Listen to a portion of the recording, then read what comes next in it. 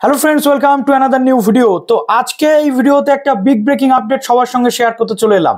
প্রত্যেকটা জিনিসের জন্য নেপথ্যে কিন্তু সেই ওবিসি ইস্যু, এবং ওবিসি ইস্যুর জন্য আমরা দেখেছি লাস্ট এক বছর ধরে রাজ্যে সমস্ত নিয়োগ প্রক্রিয়া আটকে রয়েছে।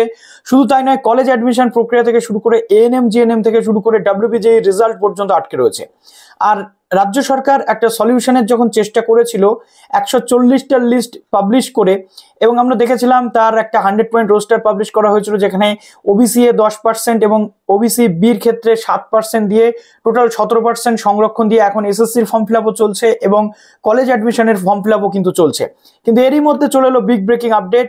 কলকাতা হাইকোর্টের যে আদেশ বা নির্দেশিকা রয়েছে বা অর্ডার রয়েছে, সেটাকে অমান্য করে চাকরি সংক্রান্ত বিজ্ঞপ্তি অর্থাৎ 10 এবং 7% যে 17% ওবিসি এবং ওবিসি ওবিসিবি এবং নতুন 100 পয়েন্ট রোস্টার অনুযায়ী 140টা যে শ্রেণীকে নিয়ে যে বিজ্ঞপ্তি প্রকাশ করা হয়েছিল, অর্থাৎ নতুন আপ টু ডেট লিস্টের ওপর ভিত্তি করে যে নিয়োগ সংক্রান্ত বিজ্ঞপ্তি প্রকাশ করা হয়েছিল, সেটাকে আদালত নিয়ম ভঙ্গকারী বিজ্ঞপ্তি হিসেবে দেখে কলকাতা হাইকোর্টের পক্ষ থেকে সেই চাকরি সংক্রান্ত নিয়োগ যে প্রক্রিয়ার শুরুর যে বিজ্ঞপ্তি, সেটাকে বাতিল করে দিল কলকাতা হাইকোর্ট।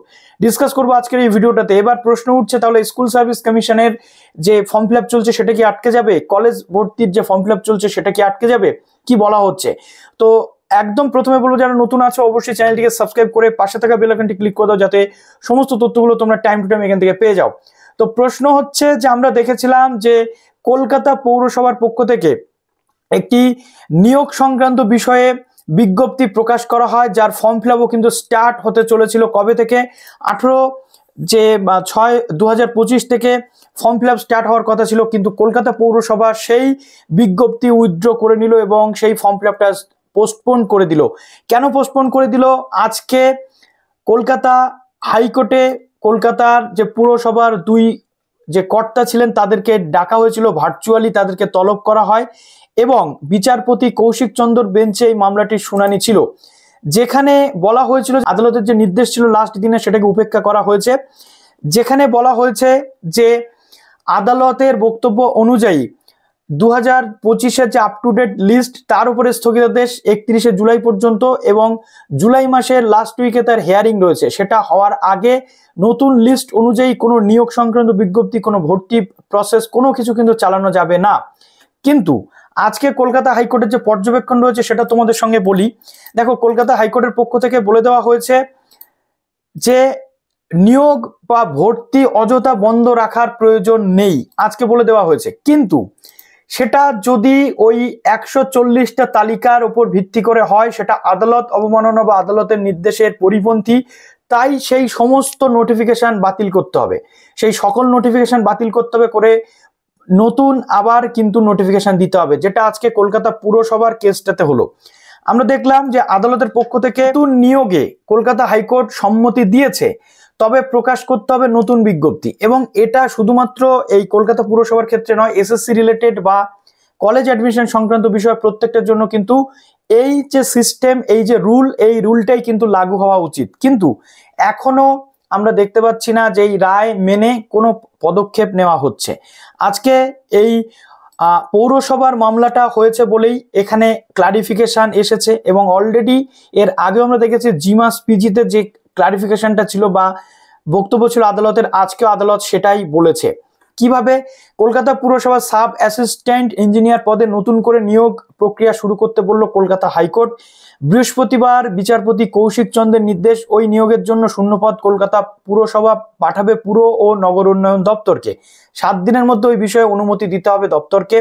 এই মোতাবেক নতুন নিয়োগ প্রক্রিয়া শুরু হবে মিউনিসিপাল সার্ভিস কমিশন, অর্থাৎ ভর্তি বা চাকরি সংক্রান্ত বিষয় আটকে রাখা যাবে না, এটা বলে দিয়েছে হাইকোর্ট।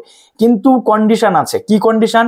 নতুন যে সিস্টেম আছে, নতুন যে 140টা লিস্ট বা 10 এবং 7% 17%-এর এগেনস্টে যে আমরা দেখছিলাম কলকাতা পুরসভাও বিজ্ঞপ্তি দিয়েছে পদের, সেই জায়গাটা রাখা যাবে না।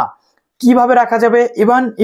ইভেন এটা এসএসসির ক্ষেত্রে এবং কলেজ অ্যাডমিশনের ক্ষেত্রেও কিন্তু প্রযোজ্য। সেখানেও কিন্তু এই 10 আর 7% সংরক্ষণ আছে। নতুন রুলস গভর্নমেন্ট যেটা বানাচ্ছিল সেই অনুযায়ী, যদিও সেটা বিলে পরিণত হয়নি, আইনে পরিণত হয়নি, তার আগে থেকে সবকিছু হয়ে যাচ্ছিল। সেইখানেই কলকাতা হাইকোর্ট আপত্তি জানিয়েছে যে নিয়োগ আপনি করতে পারবেন, ফর্ম ফিল আপ বা ভর্তি প্রক্রিয়া আপনি চালাতে পারবেন, সবকিছু করতে পারবেন, কিন্তু রুলস আপনাকে মানতে হবে, যে রুলসটা লাস্ট যে জাজমেন্ট ছিল সেই জাজমেন্ট অনুযায়ী। প্রতিবার কলকাতা হাইকোর্ট জানাচ্ছে 2010 সালের আগে ওবিসি জনগোষ্ঠীকে নিয়ে নতুন প্রক্রিয়া শুরু করা যাবে, আইন অনুযায়ী তারা 7% সংরক্ষণ পাবে। অর্থাৎ এখান থেকে আমরা পরিষ্কার বুঝলাম যে আদালত বারবার বলছে চাকরি বা ভর্তি কোনো কিছু আটকানো যাবে না বা কোনো কিছু আটকানোর প্রয়োজন নেই, কিন্তু কন্ডিশন একটাই, 2010-এর যে রুলস আছে, যে লিস্ট ছিল 66 শ্রেণী এবং যে 7% সংরক্ষণ ছিল, সেই সংরক্ষণ অনুযায়ী যদি গভর্নমেন্ট নিয়োগ করে তাহলে কোনো প্রবলেম নেই, বাইপাস সিস্টেম কিন্তু গভর্নমেন্টের কাছে আছে। বাট আমরা দেখছি গভর্নমেন্টের পক্ষ থেকে কোনো বক্তব্য আসছে না এই 2010 নিয়ে তারা করবে নাকি কি।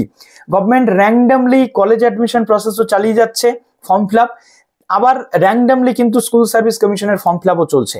কিন্তু প্রশ্ন হচ্ছে এটা যে পরবর্তী ক্ষেত্রে যদি কোনো সমস্যা হয় তাহলে সেই দায়ভারটা কার থাকবে, সরকারের থাকবে নাকি যারা ক্যান্ডিডেট তাদের থাকবে। যদিও আমরা বিভিন্ন জায়গাতে বিভিন্ন কলেজ ইউনিভার্সিটি অ্যাডমিশনের ক্ষেত্রে লাস্ট কিছু নোটিফিকেশন দেখে আমি তো রীতিমতো হতবাক, যেখানে বলা হচ্ছে যে কোনো ক্যান্ডিডেট ওবিসি সংক্রান্ত বিষয় নিয়ে যদি ভর্তি হয় তাহলে তাকে একটা নটারি দিতে হবে এবং সেই নটারিতে উল্লেখ থাকবে যে ওবিসি যদি পরবর্তী ক্ষেত্রে ইনভ্যালিড হয় তাহলে তার অ্যাডমিশন ক্যান্সেল হবে এবং তার দায় পুরো ছাত্র বা ছাত্রীর থাকবে, কর্তৃপক্ষ বা ইনস্টিটিউশনের থাকবে না। এটা কেমন বিষয় হলো? তো এই নিয়ে আপনাদের কি মন্তব্য কমেন্ট সেকশনে জানান। এবং এই যে আদালতের যে নির্দেশিকা, এটা যদি না মানা হয় তাহলে মেবি স্কুল সার্ভিস কমিশন বা কলেজ অ্যাডমিশনের উপরেও কিন্তু এফেক্ট পড়তে চলেছে, যেমন কলকাতা পুরসভার এই নিয়োগ সংক্রান্ত বিষয়ে এফেক্টটা পড়লো। তো আপনারা কি মনে হচ্ছে আপনাদের কমেন্ট সেকশনে জানান। এবং পরীক্ষা অবশ্যই হওয়া উচিত, পরীক্ষা হোক, কিন্তু এই সিস্টেম যদি না মানে তাহলে কিন্তু সেখানেও আইনি জট তৈরি হবে এবং সেক্ষেত্রে সাফার করবে ক্যান্ডিডেটরা। ওকে, তো চলুন ভিডিওটা এখানে শেষ করলাম, ভালো থাকবেন সবাই, বেস্ট অফ লাক।